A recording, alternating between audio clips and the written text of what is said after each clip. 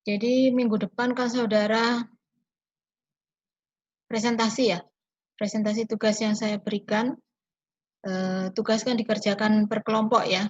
Jadi nanti presentasinya juga per kelompok. Saya share screen.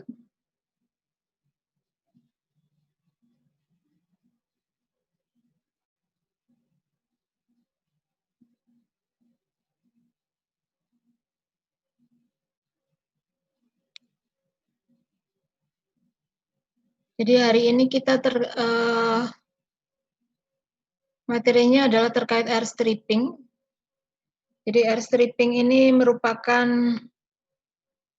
salah satu juga pengolahan air limbah ya, pengolahan air limbah dengan cara memasukkan udara ke dalam ini, ke dalam apa itu namanya, ke dalam air buangan sehingga material yang bisa tervolatil itu keluar gitu ya, keluar bersama gas.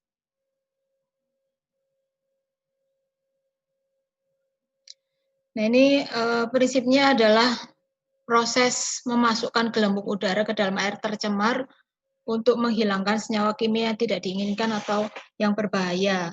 Jadi biasanya memang kita bisa melakukan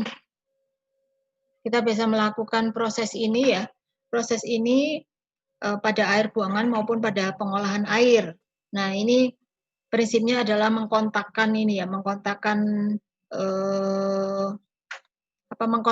gas pada air atau air buangan sehingga biasanya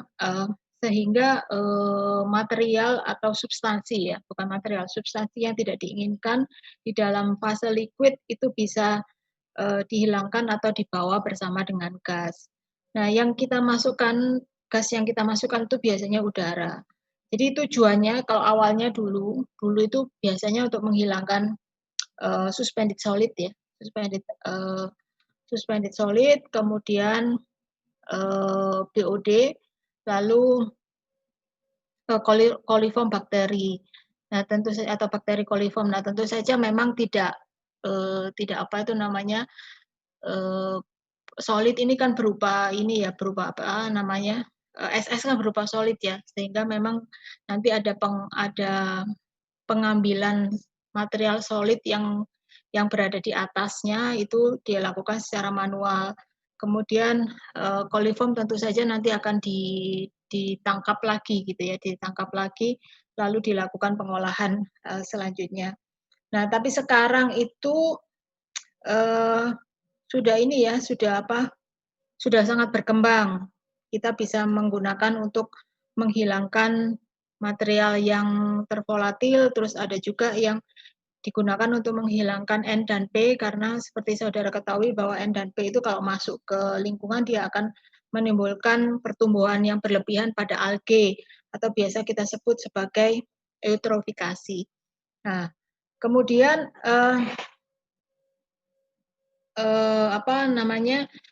air stripping itu juga digunakan dalam pengolahan air limbah domestik.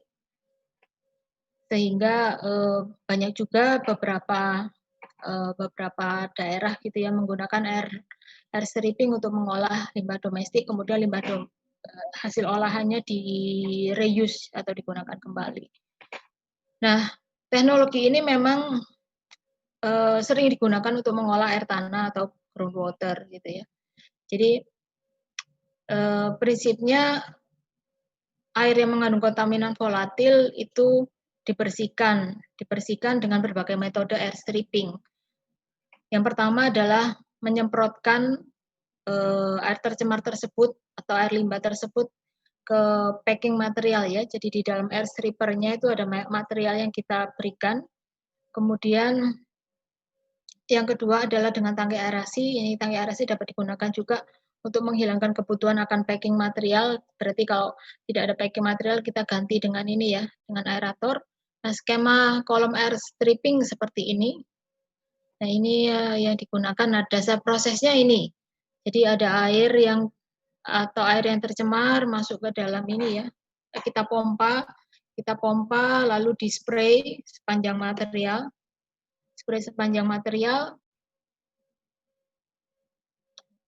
Di-spray sepanjang material, nanti dia masuk ke dalam packing material, kemudian udaranya akan naik ya sepanjang material, sepanjang packing material nanti dia, terjadi kontak antara air buangan dengan, udara, maka nanti, material atau kontaminannya yang tervolatil maksud saya, dia akan naik ke atas ya, naik ke atas, bukan naik ke atas, dia akan dihilangkan gitu, dihilangkan dan maka si gas dan udara ini, eee, kita kumpulkan, nanti keluar adalah gas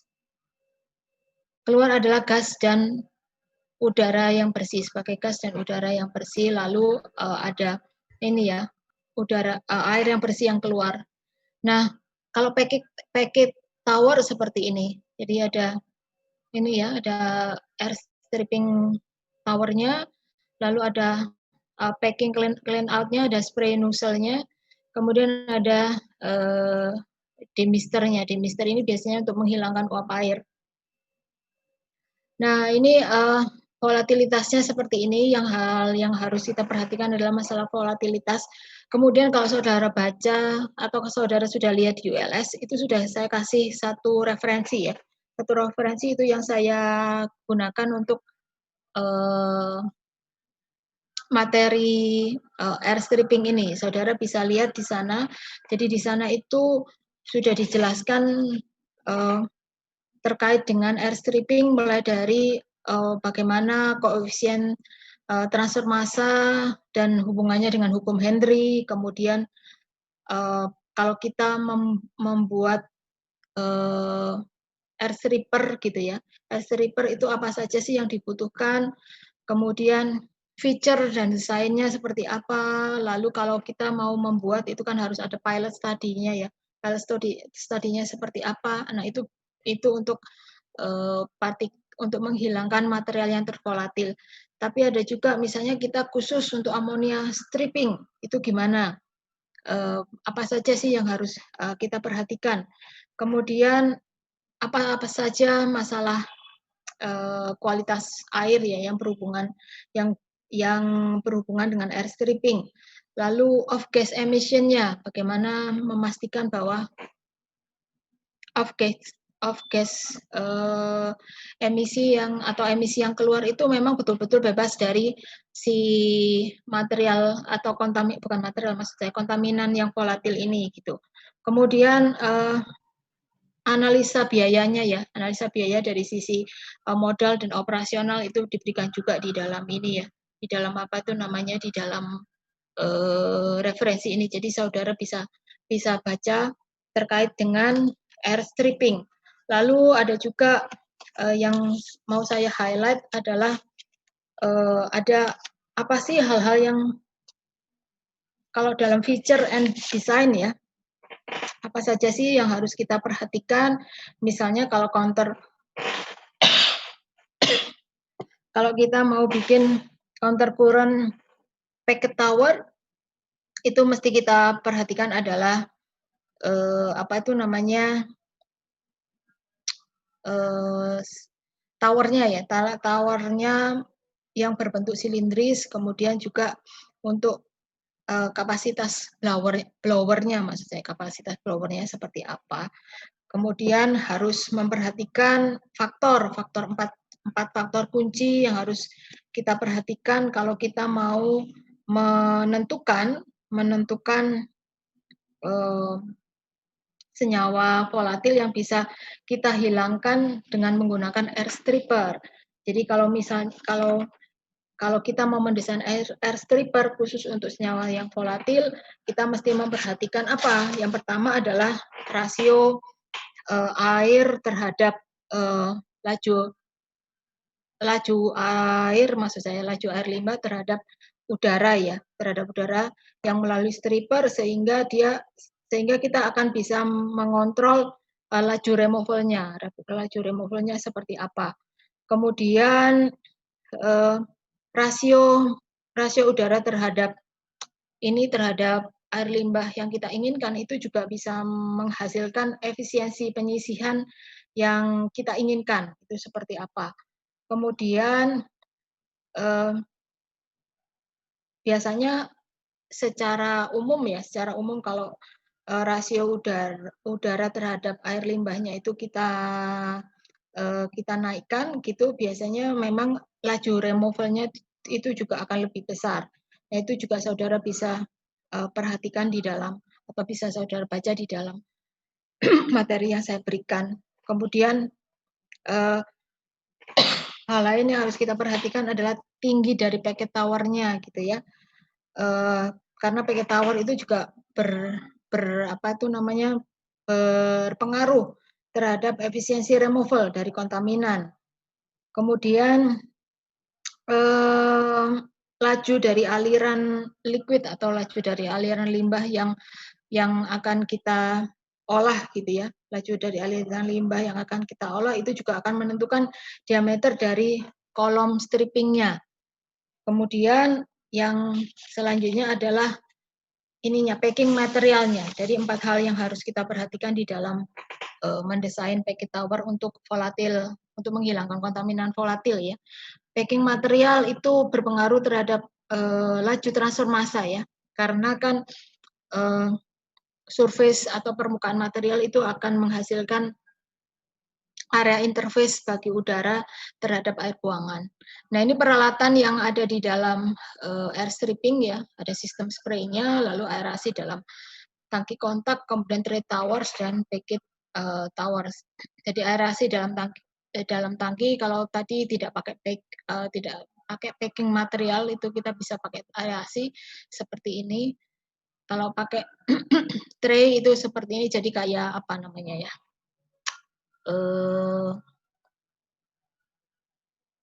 Kayak sistem terasiring gitu ya kalau di persawahan mungkin ya. Jadi berlapis-lapis gitu ya, berlapis-lapis, ada tray yang berlapis-lapis dan ini kita gunakan untuk menghilangkan kontaminan yang ada di dalam air buangan kita. Jadi jumlahnya spesifik tergantung pada aplikasinya. Kemudian ini kalau packet tower seperti ini ada packing material yang ditaruh di dalamnya. Nah, ada macam-macam packing material nanti yang bisa kita gunakan untuk dimasukkan ke dalam packet tower. Nah, ini sistem distribusi liquidnya seperti ini, bisa single inlet seperti ini. Kemudian atau multiple inlet berarti ada beberapa input gitu ya. Lalu splash plate, jadi masuk ke dalam seperti plate gitu, kemudian dia terdistribusi gitu ya. Lalu ada nozzle dengan satu pipa gitu yang ada banyak lubang gitu ya. Jadi dia diharapkan bisa tersebar ke dalam material dengan baik. Lalu atau ada sistem wear atau pelimpah gitu ya. Dia melimpah dulu di dalam wear-nya ini lalu dia keluar ke dalam material. Itu seperti ini. Kemudian desainnya ini sudah saya berikan, sudah saya singgung tadi ya, mulai dari properti bahan kimia, rentang flow rate influence, temperatur dan konsentrasi, lalu rentang flow rate udara dan temperatur, kemudian operasinya continue atau batch, lalu packing material. Nah, di dalam referensi yang saya berikan, saudara bisa membaca dengan lebih detail. Nah, packing materialnya ini ya, ada interlock saddle atau rustic ring, ada bell ring, bell shader, tripack, tergantung dari kita bisa pilih macam-macam ya, dan ini sekarang sudah sangat berkembang, tidak hanya seperti ini.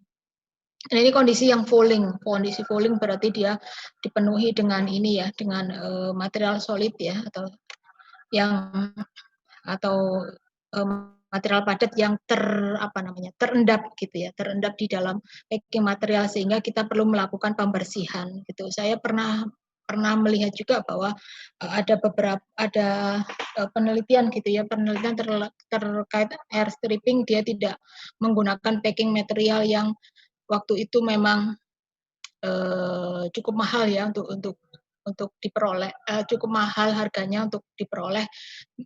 Kalau dulu kan ada isi apa namanya film gitu ya. Jadi kalau dulu kan nggak kayak sekarang untuk mencetak foto atau membuat foto maksud saya. Kalau membuat foto dulu kan ada ininya, ada filmnya gitu. Nah, tempat filmnya itu kan modelnya seperti tabung gitu. Nah, si eh, industri ini dia pakai itu ya, pakai itu untuk apa? Untuk sebagai packing material gitu, karena kalau dulu kan banyak sekali gitu, kalau sekarang memang susah dapatnya gitu. Nah, diharapkan kan packing material ini kita bisa bersihkan gitu ya, kalau dia udah falling kita bersihkan, kemudian kita bisa masukkan kembali ke dalam air stripper kita.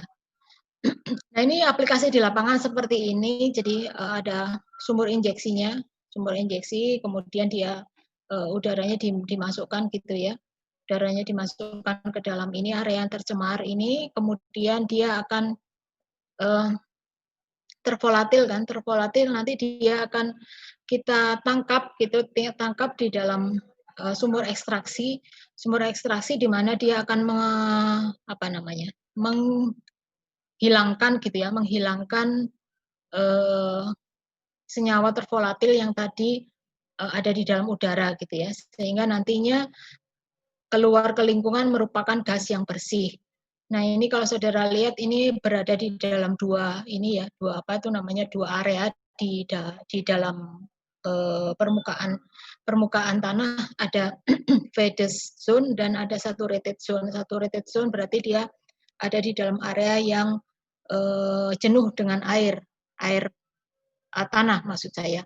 Sehingga itu pengolahannya juga akan berbeda ya. Tapi ada juga teknologi memang yang dia pakai injection well gitu ya, tetapi memang lajunya sangat rendah, tetapi yang diinginkan adalah bahwa pengolahan pengolahan yang dilakukan adalah pengolahan yang dilakukan oleh mikroorganisme, sehingga nanti kita tidak perlu lagi extraction well gitu untuk membuat atau extraction well untuk menghilangkan kontaminan yang ini ya, yang ada di dalam air tanah ini. Tapi kalau prinsip dari air stripper adalah bagaimana kita memvolatilisasi gitu ya, menguapkan senyawa-senyawa yang bisa tervolatil yang ada di dalam air buangan atau di dalam air yang tercemar. Nah, ini juga salah satu contoh dari aplikasi yang lain ya. Jadi kita pakai injection well, kemudian dia nanti akan ada udara yang dikeluarkan, kemudian nanti dia ada kita pompa ya, kita pompa, kemudian nanti kalau memang dia masih mengandung gas yang kita pompa itu mengandung senyawa yang tervolatil, maka kita harus melakukan pengolahan lebih lanjut. Tetapi kalau tidak, ini bisa langsung kita buang ya. Nah, ini juga beberapa contohnya. Jadi kita masukkan udara gitu ya, kemudian ditarik dengan extraction blower, sehingga nanti kita bisa buang atau kita bisa lakukan pengolahan kalau memang perlu dilakukan pengolahan. Prinsipnya adalah bagaimana membuat senyawa yang ada di dalam air tadi atau pencemar yang ada di dalam air tadi itu bisa tervolatil, lalu kalau dia sudah dalam bentuk volatil, si gasnya itu kita tarik gitu ya, kita tarik, kemudian nanti kita olah gasnya yang mengandung senyawa yang tervolatil tadi atau pencemar tadi, kita olah kemudian baru kita buang ke lingkungan. Nah, kalau saudara nanti baca di dalam ini ya, di dalam pengolahan di dalam teknologi air stripping pada buku yang saya berikan atau referensi yang saya berikan, itu ada juga misalnya bagaimana kita mengolah mengolah buangan yang mengandung amonia. Apa saja sih yang harus kita inikan gitu, yang harus kita perhatikan. Lalu contoh-contoh perhitungannya seperti apa, itu semua ada di dalam referensi yang saya berikan. Saudara tinggal membaca gitu ya. Dan di dalam UTS ini salah satu soal itu biasanya saya ambil dari referensi yang saya berikan. Jadi salah satu soalnya adalah terkait dengan air stripping. Jadi saudara bisa belajar gitu ya, belajar lebih detail terkait dengan pengolahan buangan dengan menggunakan air stripping. Kemudian di dalam referensi itu, jadi saya highlight sedikit supaya saudara tidak ini ya, tidak mengabaikan referensi yang saya berikan. Jadi ada juga contoh desain bagaimana mendesain air stripping. Apa saja sih yang harus kita berikan, informasi apa saja sih yang kita butuhkan. Nah, itu saudara bisa ini ya, bisa baca di dalam referensi yang sudah saya taruh di dalam ULS. Jadi misalnya stripping khusus atau air stripper khusus untuk amonia, apa saja sih faktor-faktor yang mempengaruhi? Itu ada 5 faktor ya. Jadi efisiensi dari amonia stripping atau amonia stripper itu dipengaruhi oleh 5 faktor. Yang pertama adalah pH, kemudian temperatur karena dia mempengaruhi dari ini ya persentase. Kalau temperatur sangat mempengaruhi persentase dari amonia nitrogen yang terlarut di dalam gas. Karena amonia nitrogen itu kan dia akan meningkat persentasenya seiring dengan peningkatan temperatur dari gas. Kemudian saudara juga bisa nanti melihat ada laju gas transfernya. Apa sih yang perlu kita perhatikan di dalam laju gas transfer? Kemudian laju suplai udaranya karena liquid dan ada fase liquid, ada fase gas ya. Jadi perbedaan fase ini menyebabkan perbedaan juga bagaimana sih kita harus memberikan udara ke dalam air yang mengandung amonia sehingga amonianya itu bisa rilis gitu ya, bisa keluar ke udara. Kemudian hydraulic loading rate-nya itu juga merupakan salah satu hal yang mempengaruhi laju atau mempengaruhi efisiensi dari penghilangan amonia atau amonia removal. Nanti saudara bisa baca lebih detail. Nah ini contoh yang lain adalah in situ air sparking gitu ya. In situ air sparking ini bagaimana sih kita air sparking ini prinsipnya adalah menambahkan udara ke dalam area yang area yang jenuh air gitu ya, untuk menghilangkan apa? Untuk menghilangkan polutan yang ada di dalamnya. Jadi ini biasanya diaplikasikan misalnya pada daerah-daerah yang tercemar tangki-tangki penyimpanan hidrokarbon gitu ya, atau tangki minyak bumi. Jadi kan biasanya di beberapa negara itu tangki penyimpanan minyak bumi itu kan disimpan di dalam tanah. Nah, kalau tangki penyimpanannya bocor tanpa diketahui, kita tidak punya sistem sensor yang baik, maka kan si hidrokarbonnya dia nanti akan keluar ke lingkungan. Nah, keluar ke lingkungan dia akan masuk ke dalam air tanah ya. Kalau kita biarkan lama-lama, dia akan masuk ke dalam air tanah. Nah, ketika sudah masuk ke dalam air tanah, dia kan akan menimbulkan pencemaran terhadap air tanah tersebut. Nah, salah satu cara yang bisa kita lakukan adalah in situ air sparking. Nah, prinsip dari in situ air sparking adalah air stripping sebenarnya. Kalau air stripping tadi kita bisa salah satunya kalau saudara masih ingat tadi kan dengan menggunakan aerasi ya. Nah, ini prinsipnya adalah seperti itu, melakukan aerasi sehingga apa? Sehingga kontaminan tadi bisa menjadi uap gitu, bisa menjadi uap. Kemudian kalau sudah menguap kita akan tangkap gitu, tangkap di dalam vapor extraction well. Kemudian nanti kita olah dan dia keluar sebagai udara yang bersih. Ini air sparking prinsipnya seperti ini. Lalu yang selanjutnya adalah flotasi. Flotasi sebenarnya prinsipnya bersama dengan air stripping ya. Jadi bagaimana kita memasukkan udara ke dalam air limbah yang terkontaminan atau mengandung kontaminan tertentu gitu ya. Kemudian tetapi di dalam flotasi kita menseparasi solid ya, solid di dalam fase cair dengan mengontakkan solid pada gelembung udara halus untuk menurunkan densitas partikel sehingga solid nanti dapat mengapung. Jadi prinsipnya adalah misalnya gini, misalnya di dalam limbah rumah potong hewan gitu ya. Rumah potong hewan kan kalau misalnya ini biasanya flotasi itu memang diaplikasikan pada limbah RPH atau rumah potong hewan. Ketika dilakukan pemotongan hewan kan semua masuk ya, apa itu namanya isi perutnya, kemudian darah dan lain sebagainya itu biasanya ditaruh di dalam satu bak gitu, sehingga tercampur jadi satu. Nah kita sulit memisahkan memisahkan antara solid dengan liquid atau air limbah yang mengandung benda-benda tadi ya, yang mengandung macam-macam kontaminan tadi. Nah, salah satu caranya adalah flotasi gitu ya. Diberikan udara gitu, diberikan udara sehingga apa? Sehingga nanti partikel solid itu bisa diangkat dengan melalui atau dengan gelembung-gelembung kecil yang terbentuk dari udara yang sudah kita tekan gitu ya. Nah, kemudian si float tadi, solid yang naik tadi kita sebut sebagai float.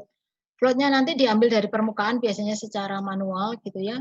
Kemudian diolah, floatnya nanti setelah terpisah dia akan diolah lebih lanjut karena dia bentuknya solid atau padat.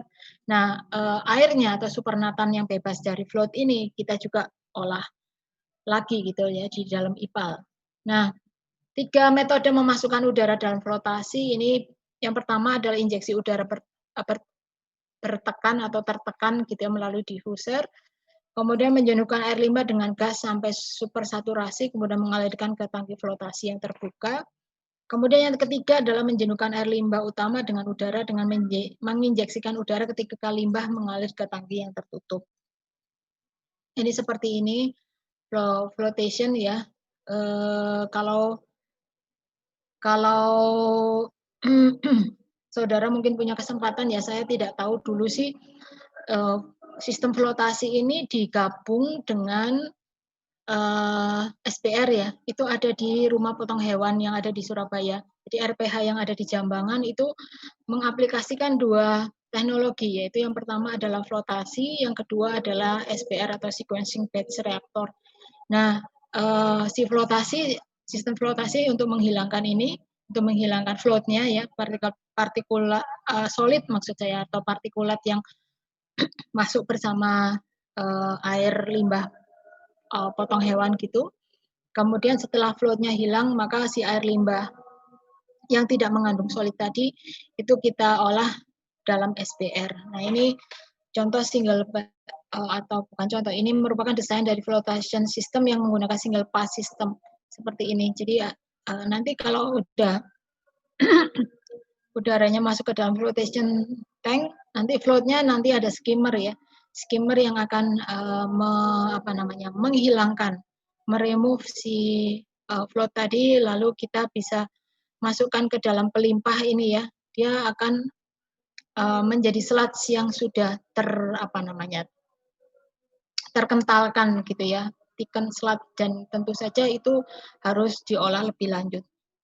Kemudian ini proses flow with recycle seperti ini. Jadi setelah keluar, effluentnya keluar, mungkin dia masih ada sisa dari solid, efisiensinya masih belum sesuai dengan yang kita rencanakan, maka kita masukkan lagi gitu ya. Ada air di solution tanknya, lalu dimasukkan lagi ke dalam ininya, ke dalam flotation tanknya, sampai floatnya itu sesuai atau partikulat yang ada itu bisa, atau partikel yang ada ya, bukan partikulat, partikel yang ada itu atau solid yang ada atau yang terkandung di dalam air buangan itu hilang sesuai dengan apa yang kita rencanakan. Lalu ini kelebihan flotasi dibanding dengan sedimentasi, dia high rise velocity yang memungkinkan sehingga kita bisa menggunakan tangki berukuran kecil. Jadi yang saya tahu untuk RPH ya, RPH itu tangkinya tidak sebesar tangki sedimentasi memang. Paling itu cuman volume berapa ya? 100 liter mungkin. 100 liter dengan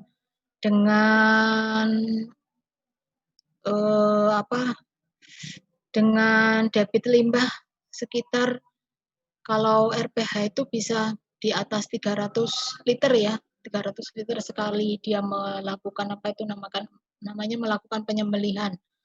Kemudian dia kemampuan untuk menangani variasi solid loading. Ini kita dapat mengatur aliran udaranya karena tadi ada udara yang tertekan yang ditambahkan gitu ya.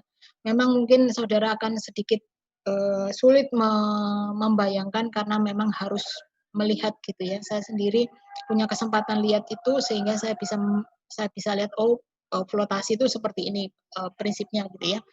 Kemudian dapat memberikan konsentrasi float yang tinggi. Jadi kita misalnya sudah tersisihkan si floatnya itu menjadi sludge yang sudah terkentalkan gitu ya. Dia punya good thickening. Lalu dapat menyisihkan partikel berdensitas rendah yang akan membutuhkan periode settling yang lama ya. Karena itu tadi kan ada gelembung-gelembung udara yang terbentuk gitu ya, sehingga dia akan membuat solid tadi itu naik ke atas.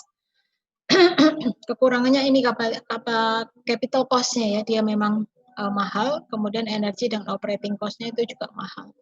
Lalu jenis flotasi ini yang beberapa yang bisa atau yang biasa diaplikasikan ya, ada disperse atau induced air flotation, dissolved air flotation atau DAF, dan vacuum flotation.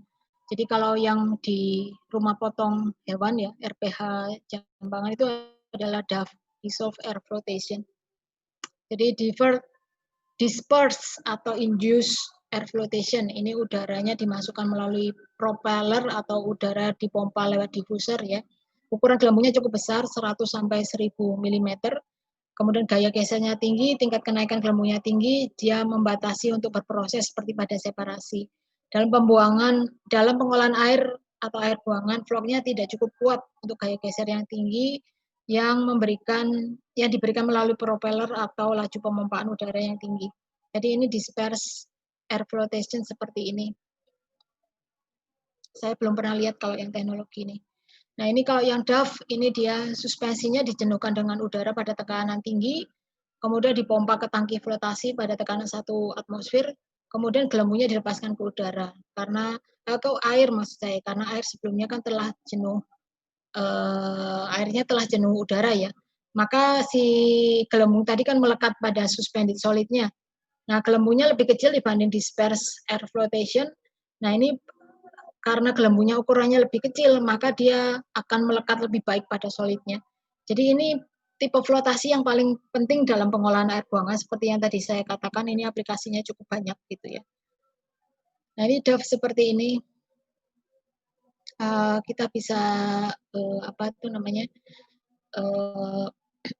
jadi ada udara yang dijenuhkan dulu, kemudian dia dimasukkan ke dalam ini ya, ke dalam flotation